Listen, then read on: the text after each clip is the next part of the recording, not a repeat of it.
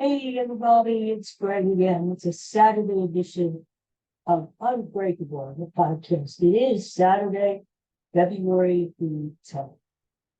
One day away from the Super Bowl. We're going to talk about the Super Bowl tonight. We've got our big friend Bud here on the side with us. Katie somewhere in the house. Maybe she'll grace us with her presence later. Who knows? Got this new Phillies spring training cap one. I like it. I really like it. The blue Liberty Bell against the red cap. Really is nuts. I love it. That's what they're going to be wearing all spring training. Much better than the stupid, ugly City Connect uniforms that supposedly we're going to be wearing this year. Well, maybe they'll reconsider. Find something else. Hey, before we start talking about what we usually talk about, I got a comment. Yay! I got a comment on a show this week, and I promised instead of waiting 6 months to read the comments, I'm going to read them as soon as I can. And this is from, I got to put my glasses on. Jesus. Oh, my God. Oh, it sucks getting in. Ugh. Jesus. But you know what? Better than the alternative, right? That's what I say. Better than the alternative. Good thing about getting older is you get wisdom. Okay, maybe not all of us, but a lot of times you do. Experience, wisdom, it's a good thing. Hey, look at this. This is from Frederick Westerdahl, 1287. Thank you for watching, Frederick. And he said, very interesting about the Beatles. Yes, you know what? We had a show earlier this week on the Beatles. And of course, I could do lots of shows about the Beatles. I wish I could find somebody who would do a podcast with me just on the Beatles. Maybe a weekly podcast where we talk about the Beatles songs and the personalities and their movies. And there's just so much to talk about with the Beatles. It's an never-ending subject. Beatles this week. 60 years since they set foot in America. And that particular episode we talked about that Frederick mentions, when the Beatles came over from England 60 years ago. And, you know, it was very interesting because the Beatles knew they were big in Great Britain. I mean, it's Beatlemania. They were being mobbed and their records were shooting up the charts. But when they came to America, they didn't know what to expect. Now, first of all, they made the stipulation, we're not coming to America until we get a #1 record. And then they got that thing, I Want to Hold Your Hand. So I said, all right, we're coming to America. Maybe we'll have maybe 100 people, maybe a couple hundred people at the airport. Oh, we'll be happy with that. They never knew what was going to hit them. And they didn't know what was waiting for them when they were flying over the Atlantic. And they had thousands and thousands of people waiting for them, screaming. Oh, God. On the plane, on the way over, they were getting reports. Big crowd in New York. Yeah. But they never imagined how big it was. So when you see the Beatles coming down the steps of the plane to set foot in America for the very first time, they look not only happy, but surprised. They were, well, that's real, because they had no idea what was waiting for them. And of course, that whole week, and you know, yesterday we celebrated 60 years since the Beatles were on the Ed Sullivan Show. And that changed everything because people heard of the Beatles, they listened to the music, of course, but they didn't really get a good look at the Beatles up close until that Ed Sullivan Show. And that changed everything. That was it. They saw that the Beatles were energetic and clever and funny, and They performed great live, and that was it. They exchanged. And as we said the other day, it was a perfect storm. The Beatles arrived in our lives when we needed them the most. It was a perfect storm because JFK was assassinated in 3 months later. Can you believe that? 3 months. I don't know if you guys out there were alive, but how you remember how it was so sad, when JFK died. It was like everything would stop. Everything was so sad. And it was winter time, right? That added to it. Everything was gloomy and brown like it is now, The Beatles showed up, and all of a sudden you got this ray of sunshine. With this burst of energy. But we had hope. We had hope that things were going to be okay, And it was just a great time to be alive. I was only like 7 years old, but I remember a lot of it. And it was just a fun time to be in. And so anyway, Frederick, thanks for the question there, or for the comment. And it was just great. It was just great. Okay, so you know what? Speaking of fun, how's that for a segue? Got my Beach Boys tickets yesterday. Yay! The Beach Boys always come around every summer. And it's not summer unless you listen to or go to see the Beach Boys. The Beach Boys are another group. They're getting older. Let's face it, aren't we all, right? And, who knows how long they're going to be around. They're not all together. Brian Wilson is on his own, doing well. And some of the Beach Boys have passed away, like Dennis Wilson. But Beach Boys are still Mike Love, and they're still a really good group. And you go to the Beach Boys show, not only do you hear those great harmonies still and that great music, but you see the videos of the 60s. And again, another fun time. And the Beatles and the Beach Boys, they connected, very similar. They had a sort of a friendly rivalry back in the 60s. And Beach Boys had Pet Sounds. That was like their master album, the masterpiece album. And that really spurred the Beatles to create Sergeant Pepper, and they didn't record with each other, but a lot of times the Beach Boys were, especially Mike Love, was in the studio with the Beatles. Mike Love went to India, and the Beatles went to India that time in the 60s. And so there's a relationship there, And so anyway, I got my tickets to see the Beach Boys this summer, and it's going to be a fun time, huh? I gotta say, what are my favorite Beach Boys, and what are your favorite Beach Boys songs? Um, there's a lot of them. Barbara Ann, ba ba ba ba ba Barbara Ann, sing it, but Barbara Ann. That's a good. I remember when Vinnie Barbarino and Welcome Back Kotter did Barbarino.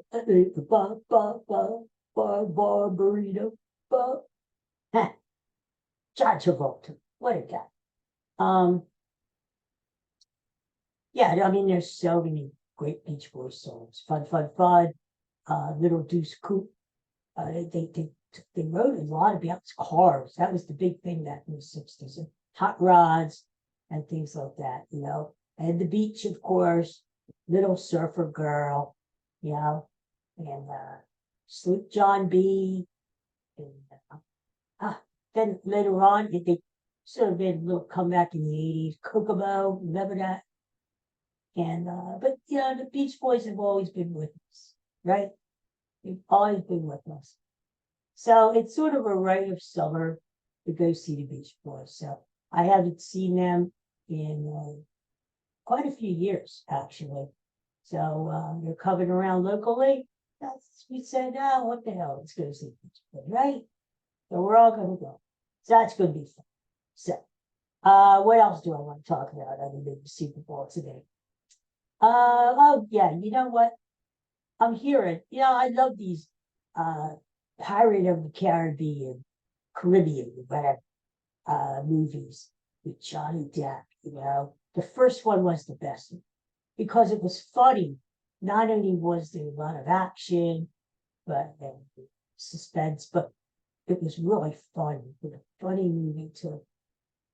And then the movies got darker and darker and darker. They introduced more sea monsters and crap like that. Uh, and Barbosa, Barbosa, the other pirate, and all these characters. But the main character, the reason you go to see Pirates of the Caribbean, the reason that you look forward to the movie, and they usually come out in the summertime, is Johnny, because he is Captain Jack Sparrow, and he, to me anyway, is the reason to go see the movie because he reminds me of a funnier, drunken version of Errol Flynn. I loved Errol Flynn. I still do.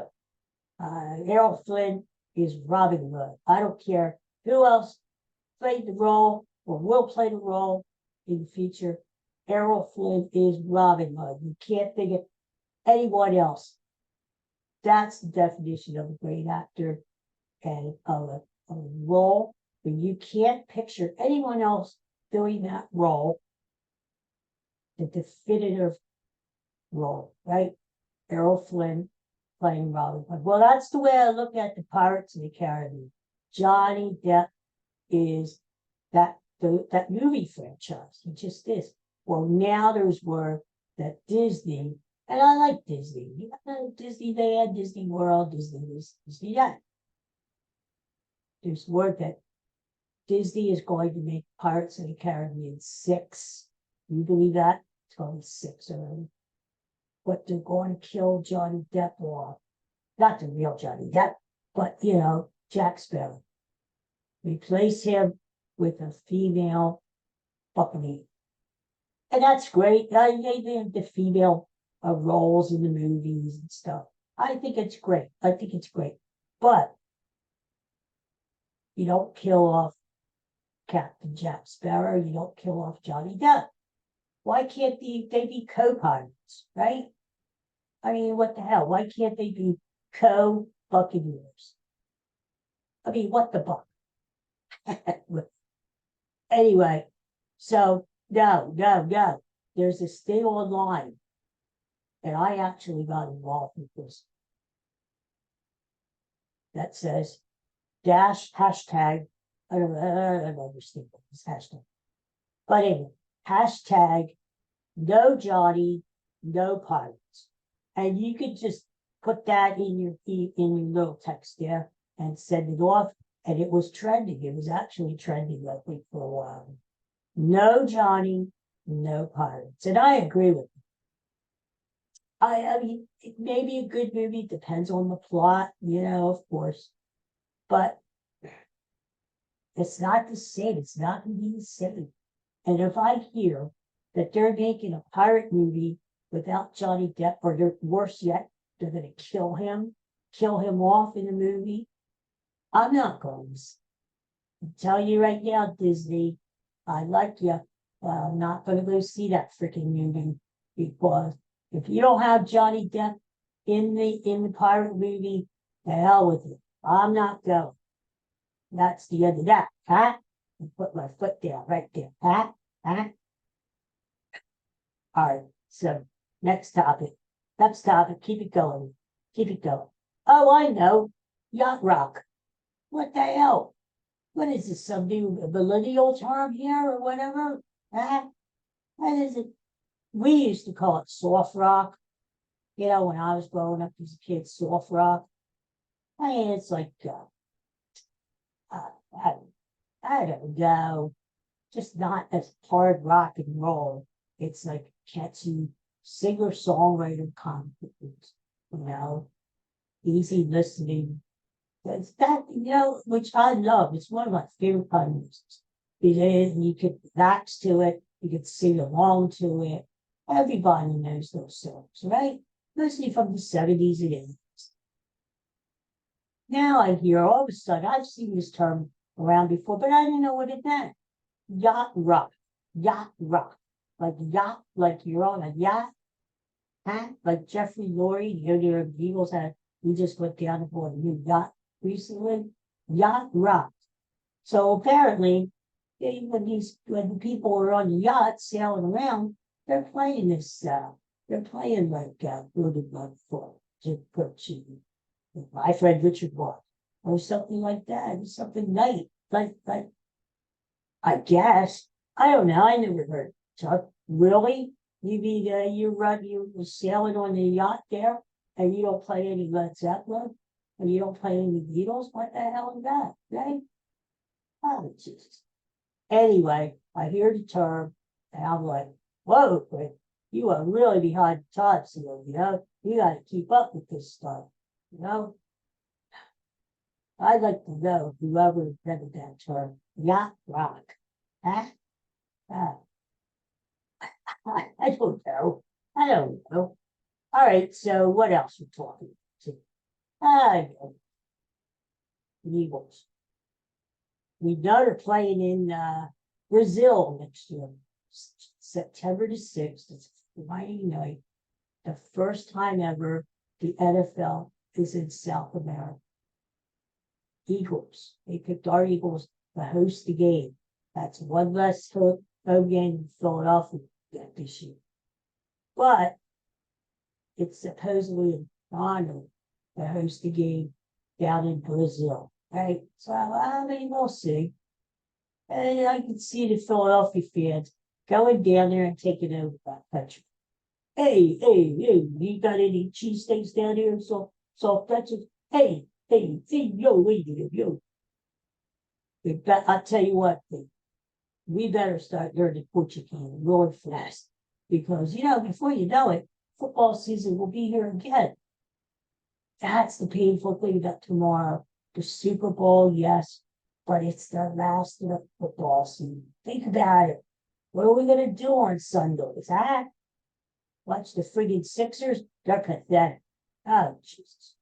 We'll get it. It's another challenge. Luckily, baseball later on that. Spring training starting this week. And that'll keep us occupied, keep us out of trouble. But I'm going to miss football. I am going to miss football. Here's what I want to talk. The NFL has added yet another international game in 2025. Madrid, Spain. That's right. Madrid, Spain will be hosting a regular season NFL game. Not till 2025. This NFL, they are exploding all over the world, aren't they? Huh? Not wrong, but I bet you the next region that they conquered will be the Far East. We haven't had a football game in Japan, have we? Well, anyway, I know Korea, Japan, they're big on baseball, but the NFL is exploding. Pretty soon you're gonna have time zones. I told you we're gonna have it. You watch in a couple of years. You're gonna have an international division in the NFL. Mark my word. So you're gonna have maybe a team in Frankfurt, Germany, maybe a team in Madrid, Spain, maybe a team in Brazil, a team certainly in London, right? Certainly London, maybe a team in Paris or Rome or wherever. And you're going to have the international division where they play each other, and they occasionally will come here to the States and spend like maybe 2 or 3 weeks here and play teams, and then go back. And like the Eagles will go to Europe maybe for 2 weeks at a time. I don't think you're going to send a team over there that just play 1 week. If you go over there, it's going to be a road trip. You're going to hit London, Eagles versus London, and you're going to have Eagles versus Frankfurt, Germany. Some of them. Yeah. That's my prediction. And you know what? We're talking Super Bowl. I wouldn't be surprised, would not be surprised if they have a Super Bowl. I would say in the next 5 or 10 years, somewhere outside of the States. I don't want it because I think the Super Bowl is an American sporting event, right? But you're going to have people say, well, look at the World Cup. And the World Cup is in every country, right? And in fact, the World Cup is coming here in 2026. Some of the matches will be played right here in Philadelphia. Yeah. But I look at soccer as a world-class sport. Football, yeah, it's getting there. That's why I said, I think the NFL is very, very smart. They will establish fan bases in Germany, England, Brazil. Once they get those fan bases up and running, you watch, they're going to have a Super Bowl, an international Super Bowl there. It's going to happen, right? So did you hear about this? Another streaming service game next year. I told you once they opened the door with this Peacock crap, where they had the playoff game, Kansas City, Miami, and you had to pay to watch the game. Once you open that crack a little bit, when you open that door, it's going to kick it in there, man. Kick it in, and there's no going. Because next year, they're talking about having a playoff game on Amazon. Now the Amazon Prime, God bless you. If you don't, you're going to have to get it. You're going to watch that playoff game, just like this year, right? So many people boycotted and complained. I'm not paying that $5. I'm not, well, I want to prove the point. I would want it. But apparently that Peacock game was the most streamed game ever. So, people give in, they're going to keep pushing and limit. And so we see that the NFL is going to have another stream game next season on Amazon. So there you go.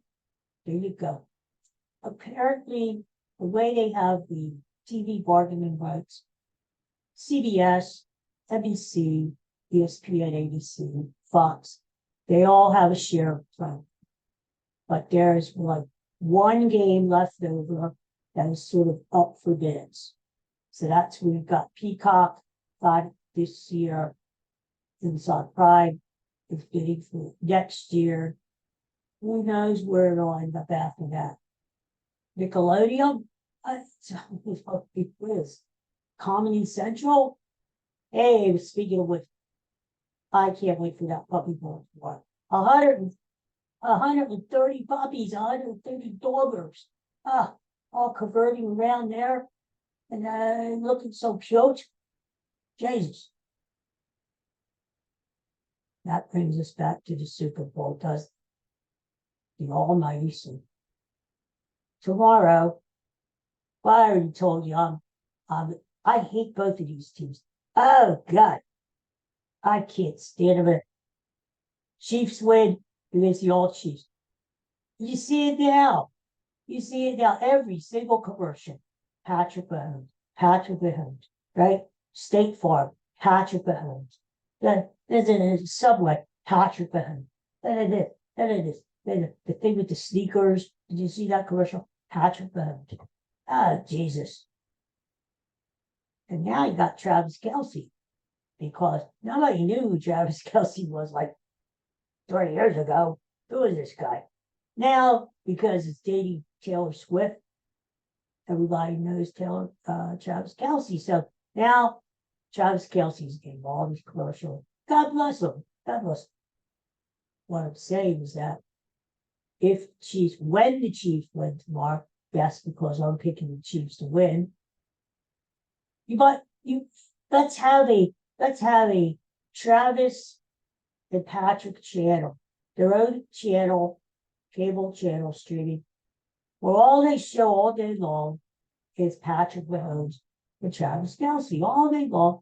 In between, they could show music videos, and in between, they could show all the commercials, right?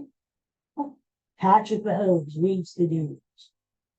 Travis Kelce, the talk show. The game show. Wheel of Kansas City. Hosted by Patrick Mahomes. Blah, blah, blah, blah, blah. That's all we're going to get. Can't stand 49ers. The 49ers. Oh, my God. You heard it last year. And the Eagles kicked their butts. Okay. 49ers came back to darkness this year. Broke our spirit. Never to save after that 49ers. All right. So the 49ers are in the Super Bowl.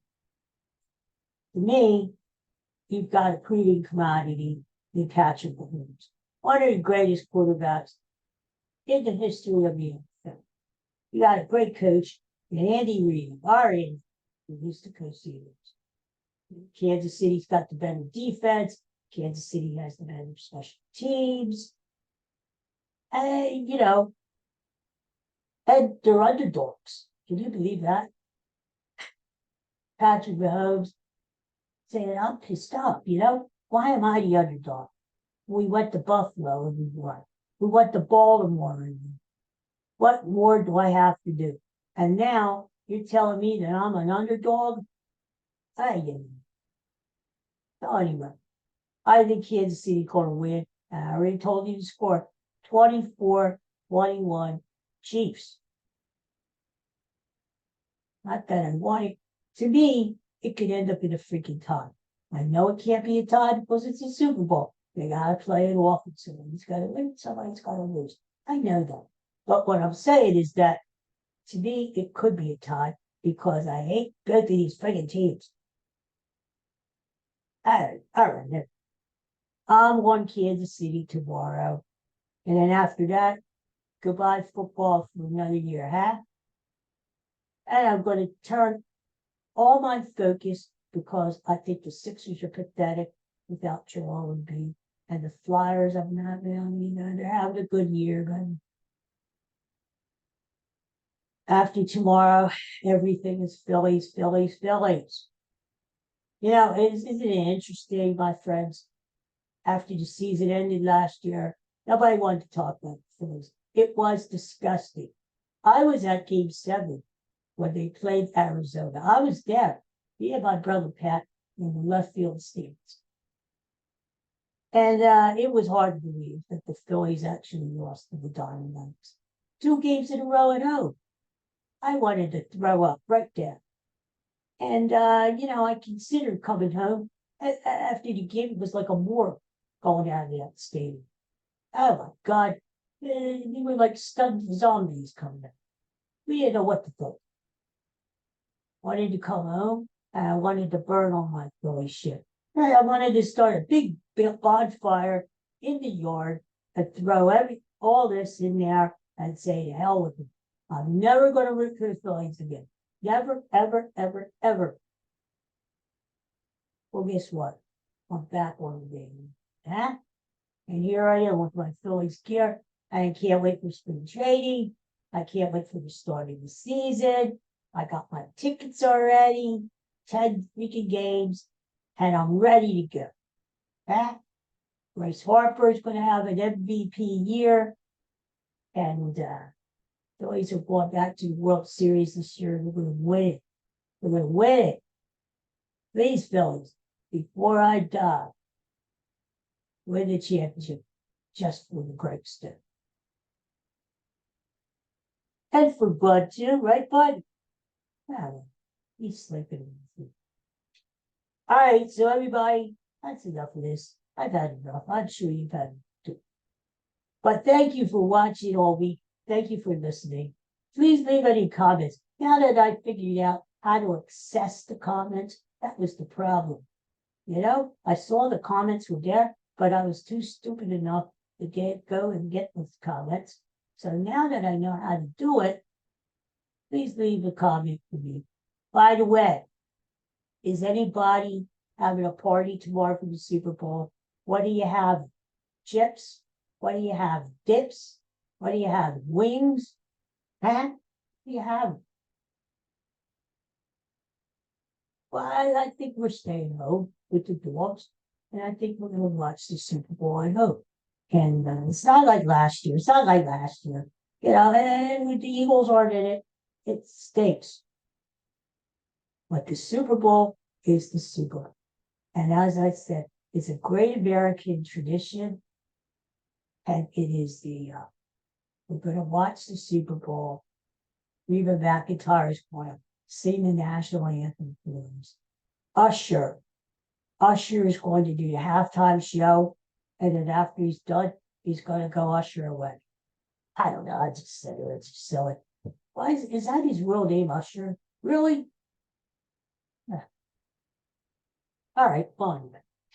And I already told you earlier in the week, if Usher sucks tomorrow, go back and Google Michael Jackson or Prince or Bruce Springsteen, Paul McCartney, anybody. You'll see a hell of a halftime show. You can kind of play that and kind of pretend that Prince was doing the show. Nobody's going to know. Just pretend and then get back to the game. Huh? There you go. I bet, hey, before I leave, I would say, you know what? Travis Kelce is going to score a freaking touchdown to me. But I'm not one of these conspiracy guys who say, oh, the script is all written out, and blah, blah, blah. Kelsey's going to score 2 touchdowns. It's going to be MVP of the Super Bowl. And then he's going to propose to Taylor Swift. No, it ain't happening. It's not happening. But I do think Travis Kelce will score a touchdown tomorrow. Why? That has nothing to do with Taylor Swift. It has to do with he's on a roll, and Patrick Mahomes and Travis Kelce have this chemistry together. And they're going to hook up tomorrow. During the game, Mahomes and Kelce, and then Kelce and Taylor Swift will hook up after the game. And you know what? She's coming all the way from Japan, isn't she? She's very loyal, isn't she? Oh my God. Girls I had passed, they weren't that loyal. They didn't come from Japan. Some of them wouldn't even come from Jersey. I'm just saying. Oh, but I tell you what, that is loyalty. For her flying. Now, see, I don't know what her agenda is, whether she's got to go back to Japan and do more shows or not. I don't know. But she's flying in for the game, and maybe she's flying back again. And that's proof in the pudding right there. Travis Kelce, you got the money. You're making all this money from the commercial. Put a ring on the girl. Put a ring on the girl. Why you have the cheeks, huh? Yes, marry her. Marry her. Can you imagine my wedding? That's going to be that? It's going to be like RO, America's everybody going royal wedding. But I remember Princess Diana, King Charles. Now he wasn't the king. That's a big deal in England. Well, you can imagine Taylor Swift and Travis Kelce getting married. Oh, that's going to be big, big, big, big, big. I'm going to get my tuxedo. Just in case there was my name. But you going with me? Huh? Man, sleep with it. All right, everybody. Well, have a great day. Enjoy the Super Bowl tomorrow, okay? And hey, it's supposed to be in the 60s here today. I might open it a little bit, get a little fresh air. So you do it too. And have a great day. I'll see you tomorrow. No, I won't be on tomorrow. Even God rest alone Sundays. I'm going to be watching the freaking Super Bowl, a puppy bowl before that. I'll see you on Monday. And what we'll do is we'll talk about the Super Bowl, everything that happened during the Super Bowl. And we'll have some other crap to talk about too. I'm sure we will. Thanks for watching and listening. And I'll see you. Take care of yourself. Be safe. Love you guys. Bye bye.